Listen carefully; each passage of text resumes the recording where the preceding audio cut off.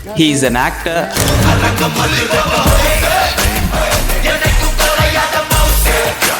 a car racer,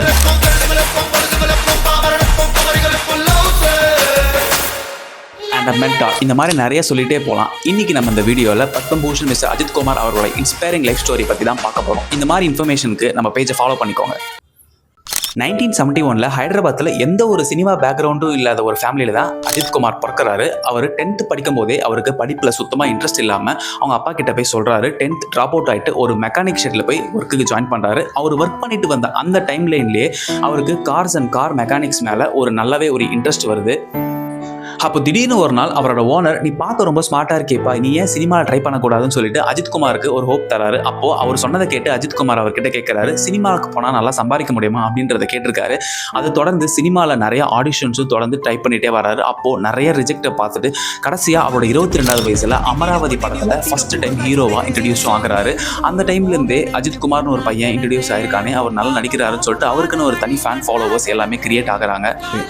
அதோட சைடில் அவரோட பேஷனான கார் ரேசிங்கையும் கண்டினியூ பண்ணிட்டு வராரு. அப்போதான் அன்எக்ஸ்பெக்டடாக அவருக்கு ஏற்பட்ட ஒரு மிகப்பெரிய கார் ஆக்சிடென்ட்டில் அவரோட ஸ்பைனல் கார்டு ரொம்பவே டேமேஜ் ஆகிட்டு டாக்டர்ஸ்லாம் இனிமேல் இவரால் எழுந்து கூட நடக்க முடியாது, இவர் நடக்கிறதே இதுக்கப்புறம் ரொம்ப கஷ்டம் அப்படின்னு சொல்லிட்டு சொல்கிறாங்க. பட் இதெல்லாம் அவர் கொஞ்சம் கூட கண்டுக்காமல் தன்னம்பிக்கையோட மறுபடியும் எழுந்து வராரு.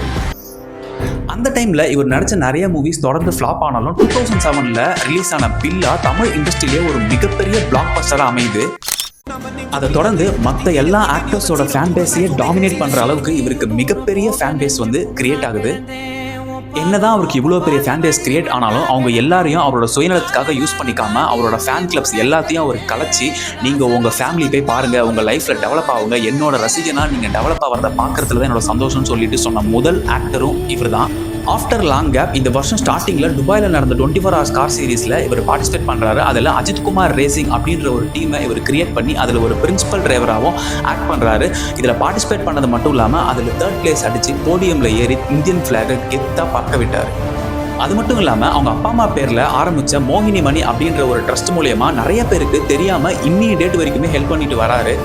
அதோட இந்த வருஷம் இந்தியாஸ் 3rd மோஸ்ட் ஆனரபிள் அவார்டான பத்மபூஷன் அவார்டும் வாங்கியிருக்காரு. அன்னைக்கு 10th ட்ராப் அவுட் ஆகிட்டு இன்னைக்கு அவர் இந்த நிலைமையில் இருக்கிறதுக்கு காரணம் அவரோட தன்னம்பிக்கையும் அவரோட விடாமுயற்சியும் மட்டும்தான். அவரோட மூவியில் சொன்ன ஒரு டைலாக் மாதிரி தான் அவரோட லைஃப்பை அவர் ஒரு நிமிஷமும் செதுக்கி தான் இந்த நிலைமைக்கு அவர் வந்திருக்காரு. அவரோட ஃபேனுன்னு சொல்கிறதுக்கு நான் ரொம்பவே பெருமைப்படுறேன்.